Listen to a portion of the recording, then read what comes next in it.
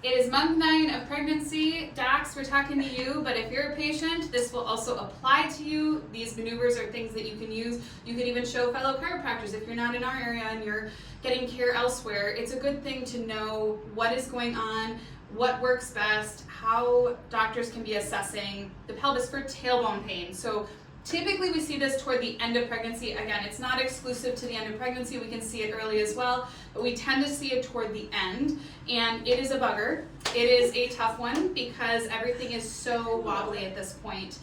We're going to start with assessment. We're going to then go into what we would do with treatment. Then we're going to go into stretches that you can show your patients that will help them tremendously, and then any tools that will serve them at home. So we're going to get going here. Miss Mariah here, Dr. Mariah. Dr. Mariah. I'm Dr. Jessie. Yes. Dr. Mariah. She is going to be getting cozy into our favorite loose pillow. If you know us, you know we're obsessed with it. We're obsessed with anything that works, anything comfortable. This is definitely one of them. When we're checking for tailbone, we want patient face down. We're obviously doing Webster technique at this point for a patient into the 9th month, but say you're dealing with a patient in the 3rd month, not doing Webster yet, you're still just assessing for the sacral base and even kind of where it's falling down here toward the apex. So I'm going to check SI first, and then I'm coming right down into that sacral base, checking for which side. I would, even at this point, check for the tension through the pelvis, a lot like Webster, even if you're not technically doing Webster at this point, because you're looking for the tension through the soft tissue. Now, from there we go into assessing the sacrotuberous ligament, right? Playing into Webster, but if you're not doing Webster, again, just looking for the tension. For all intents and purposes, I am going to be on this right side right now. I would use my elbow. You can certainly use your thumbs. You can certainly use a tool. I would just hold and let it release. Let it relax. She could even cough to show you where it's at. There we go. And in this case, I'm going to actually tuck up a little more. Go ahead and do it again.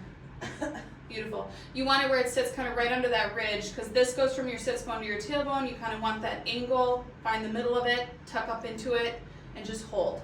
Now, you're also in piriformis territory. So, say you're looking for the muscle tension, I would go up a little higher where it goes from the hip to the tailbone, bring your leg up, and I would move through that range of motion based on her comfort. Now at this point I'm asking a ton about how much pressure I can apply, because this can be pretty tender with tailbone especially. So you want to be really mindful of how much pressure you're applying with a patient with tailbone, but man, does that release make a difference. And then of course when you go to adjust, we will adjust side posture with tailbone. It's actually pretty incredible if you're working on that sacral base, because then what you'll do is you'll move that apex and it'll actually give them a ton of relief. But we also use the drop piece. So there are times when we'll do both. We'll do side posture and drop. Sometimes we'll just do drop. But again, you're looking for the height of that base, and then you're going to adjust through it. Now we're going to go into sacral rocking. Dr. Mariah is going to get up. We're going to show you against the wall over here. There are 2 different variations of this that we like to show patients. This will be very relieving for patients with the tailbone pain, but it's also good for low back pain. It's also good for pubic symphysis pain. And actually there are 3 versions of this. If you want another version, or if you want to see more, check our other videos on YouTube.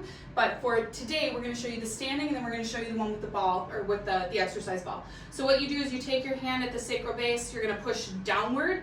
Underneath, you're going to be up against the crotch bone, and you're going to be doing this, physically rocking, taking pressure off.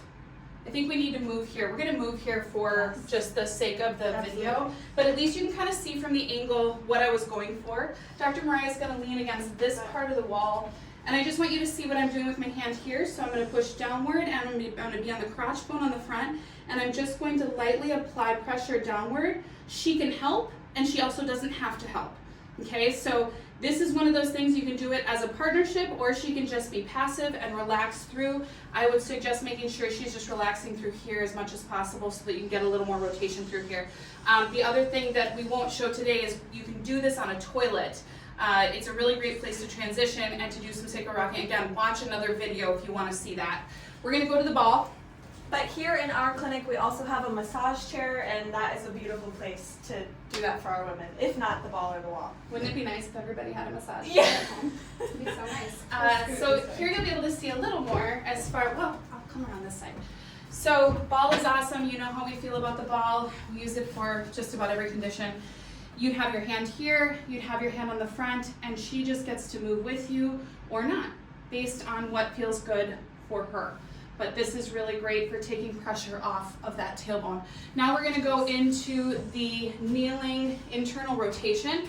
Now, we're not really talking labor and delivery prep, we're talking tailbone pain. So we're looking to really open things up for that tailbone. So Dr. Mariah is going to be on her knees and she's going to internally rotate. So her feet are going to go out, her knees are going to come in, and she's just going to lean into that tailbone.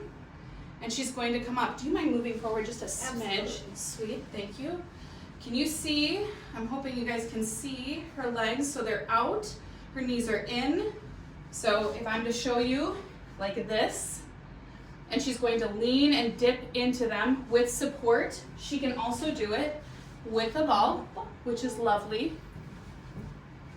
You just want to be comfortable, but it's all about opening up that sacrum and taking pressure off and hopefully bringing it far enough backward, because typically the problem is that it's tucked underneath and you're having a hard time sitting. So if you can bring that up a little bit, you're going to get relief then when you're sitting and doing your daily tasks. Okay, so here we're going to go into side lying, and Dr. Mariah's going to lay on her side. I am going to use this as my pillow. We would typically have something softer underneath her. For the video today, we're not doing that. But I always recommend doing or supplying women with as much support as possible. I'm not going to apply a typical amount of pressure for the video today, but you would apply a good amount of pressure for this, so you'd want to be over a nice set of cush. So here I would stack her hips, and actually for the video, you can kind of be wherever as long as her hips are stacked. And I'm going to drive right through. And for more videos surrounding side lying release, watch more of our videos on YouTube, because you'll get a more specific demonstration of what you should be doing and the different ways you can be doing it. But this really does open up this area through the sacrum, so you're going to get a ton of release. Your patients will get a ton of release. It's a really good maneuver to do at home. Okay, now we're going to go into what we love to do for adductor, abductor activation. Yes. So she's going to start here in this position, holding her, I'm going to have you hold your ankle down low with this hand, beautiful. So here she's already getting a piriformis stretch.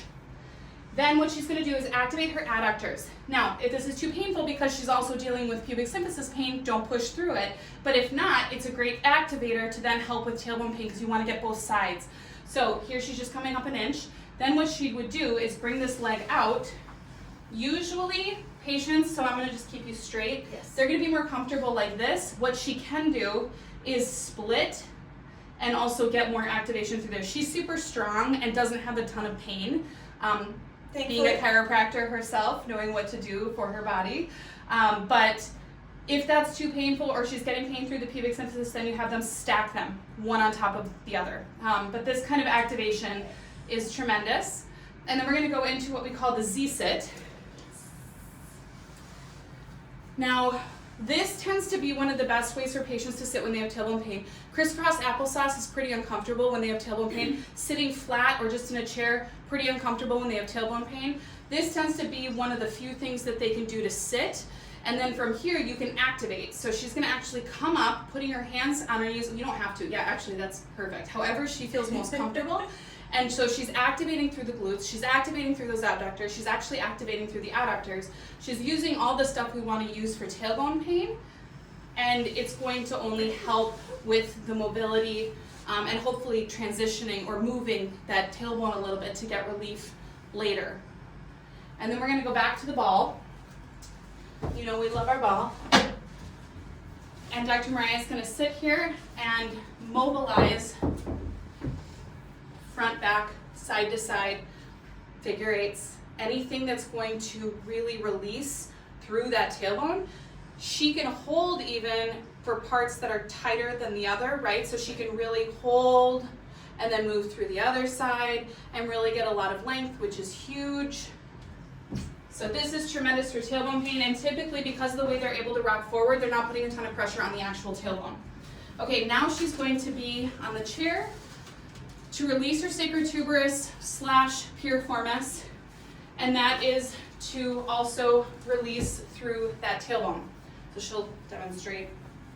So if we're talking sacrotuberous, I find that the ball is much closer to the midline.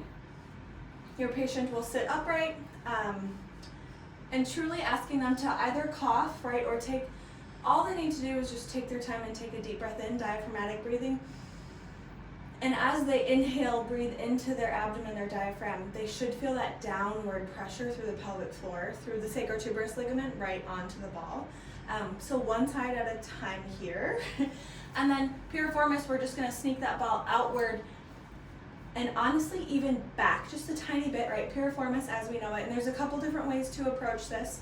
I now usually keep my hands on the chair while I lift that knee and bring it out, mindful that there's no pubic pain here, no SPD, or pending your patient's flexibility and comfort, they could cross in that seated figure 4 and still pin that muscle and even just breathe here.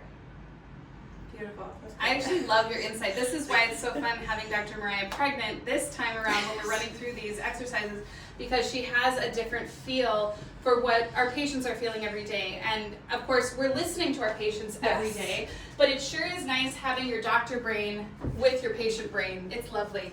As far as tools are concerned, the ball is huge for mobility at home. Using something like a boppy so that patients don't have to buy a separate donut, but they can buy a separate donut too for the car or anything else they need, like for work, sitting on a chair. But usually we recommend starting with the boppy because they have it at home already. Life is expensive when you're having a kid, so we try to use things that patients have at home. And then the belt, you've seen us apply this a million times. You know how we feel about it. It has nothing to do with the belly, everything to do with the pelvis. Pelvis, pelvis, pelvis, all day long. She is just going to apply low, and then with this, you want to be really low over that sacrum. She's going to be over the crotch bone on the front, hip, hip, and then she's just going to tighten through here. And again, if you need more video on demonstration, we have a lot of videos on YouTube, so you are more than welcome to watch and just really clarify, what you want to see as far as how to apply it. But this is it. You want it super, super low for that tailbone. And that's it. As far as products are concerned, as far as tailbone is concerned, please ask us all the questions. Subscribe to our YouTube channel if you haven't already. Let us know what's working for you, what doesn't work for you, and keep looking for labor and delivery because we're not done yet. There's more.